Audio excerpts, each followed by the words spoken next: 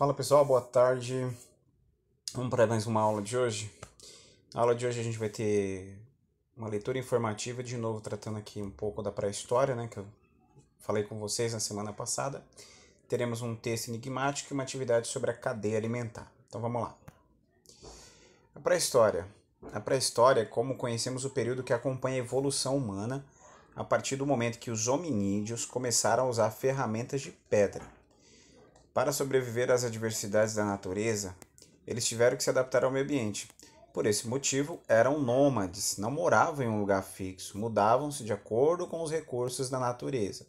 Esses grupos eram caçadores, pescadores e coletores, alimentando-se daquilo que estava disponível na natureza. Com o passar do tempo, a relação entre ser humano e natureza mudou, pois a humanidade começou a dominar e explorar a natureza. A descoberta e o controle do fogo, bem como o surgimento da agricultura, promoveram significativas mudanças na forma dos hominídeos se organizarem socialmente. Tá? Então a gente tem aqui vestígios dessa primeira raça humana que né, a gente encontrou no Brasil, tá? Em alguns sítios arqueológicos. A gente tem aqui um fóssil de um ser humano dessa época. Temos artefatos, que eram as ferramentas que eles utilizavam. Olha só, tá vendo como eram as ferramentas de corte, de arco e flecha deles? Eram assim. Eles usavam a pedra para formar essas ferramentas. E temos algumas pinturas rupestres da época. Olha como eles pintavam, o que eles faziam na época. Viram? Como que era a divisão do trabalho na pré-história? A divisão do trabalho na pré-história foi acontecendo conforme o estilo de vida dos agrupamentos humanos foi ficando mais sofisticado. Sendo assim, os homens foram sendo responsáveis pela caça de animais, enquanto que as mulheres foram tornando-se responsáveis pela coleta de alimento para alimentar-se e alimentarem seus filhos. À medida que a agricultura foi desenvolvida, essa atividade também passou a ser responsabilidade em geral das mulheres. O período que durou essa pré-história encerrou-se com o surgimento da escrita, né? Que eu falei para vocês na outra aula lá, que foi entre 3500 e 3000 a.C. Sabendo disso, turma, respondam: por que os homens da pré-história eram nômades? E o que aconteceu quando o homem descobriu e controlou o fogo, assim como descobriu a agricultura? O que aconteceu quando eles descobriram isso? O fogo e a agricultura. Como era feita a divisão do trabalho na pré-história? E quando encerrou o período pré-histórico? Aí vocês têm aqui a substituição de um símbolo por letra e vão descobrir a frase, tá? Então tem um jogo do símbolo aqui, parecido com aquela atividade que eu dei na semana passada. E agora falando da cadeia alimentar.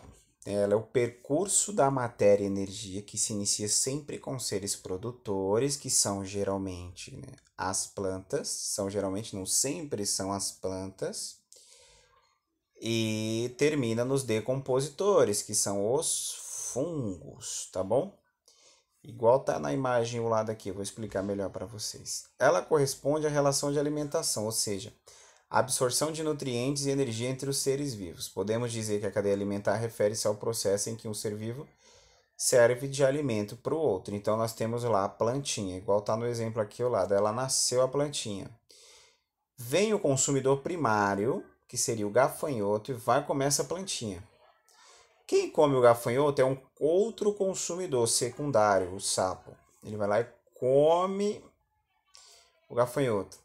Tem também consumidores terciários até o quarto. Vamos supor que existisse um terciário, que é um gavião, que vai lá e come o sapo, ou a cobra. Comeu só o sapo, ele é um consumidor terciário. Por fim, a cobra morreu, e aí ela, né, se decompõe através dos fungos que comem ela.